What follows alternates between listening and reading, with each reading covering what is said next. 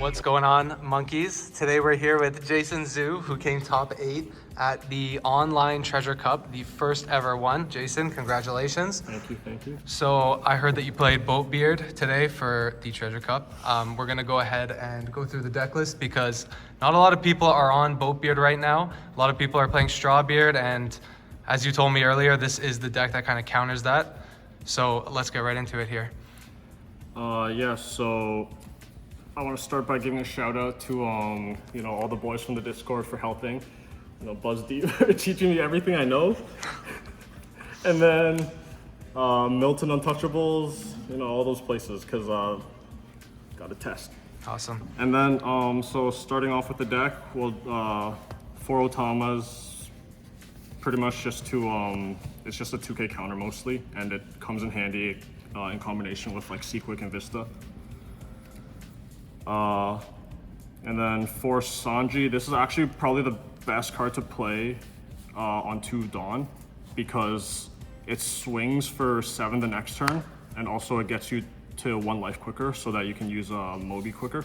So if you have Moby and Sanji, are you always playing Sanji, or are you... I'm always playing Sanji over Moby. Okay. No matter what. And like you really want to go second with this deck because you have no turn 1 play. Right. And then pretty obvious for Squad 2 because it does something similar to Sanji where it gets you to Moby quicker, and also it's a 3-cost 7K, which is really strong with Moby, and it combos really well with Seaquake and Vista because it lets you pop 7Ks, which are usually really problematic. And then Vista is for obvious reasons. And then Jozu, which is really strong too because it's a 5-cost 7K rusher, and it's also a 2K counter. It helps close out games. And then these 8 cards are pretty much just, you kind of just play them when you can, as long as you can leave Dawn up, because they just help just whittle down your opponent. And then Marco, which is really important. The deck basically just relies on Marco and Moby Dick because Marco is one of the things that keeps you alive while you're swinging like with no Dawn, like you're just swinging for 9Ks and 8Ks with no Dawn investment. And then the counters, which are also really important, 4 Radical Beams, 4 guard points, and also play 2 Red Hawks. Because like since you're playing Moby Dick, you never really have to invest Dawn to attack your opponent. So you can always leave your Dawn up, and leaving Dawn up also makes your opponent play really awkwardly. Not to mention just like 1 card 3K, 1 card 4K counters are just really strong because they can never swing good numbers at you. And then we play 4 Seaquakes. It's kind of like Vista.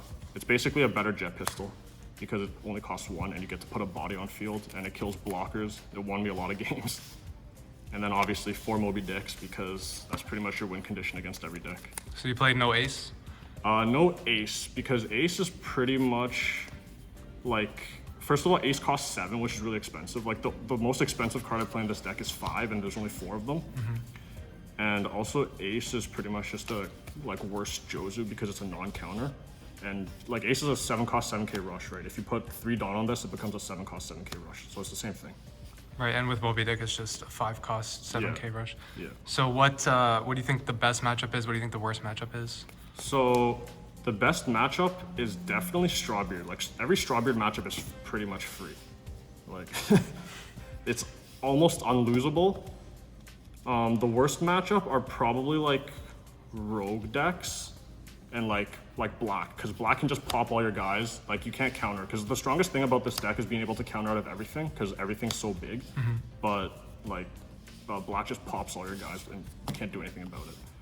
So you went X1. What was your 1 loss? My 1 loss was to Law, and I want to say it was a calculated gamble, but it was probably a misplay where I just attacked with my Marco, and I thought I had enough to counter out, but he had a bunch of Brooks to refill his board and then get free Dawn at the same time. And yeah, I played against actually 4 Laws and 3 Newgates. And all the Newgates were like some Strawbeard variant. Right. And they were pretty, like the Newgate matches were pretty relaxing because there was like they did like it was pretty easy, honestly. Nice. So is there anything that you would change, or are you gonna leave the list the same?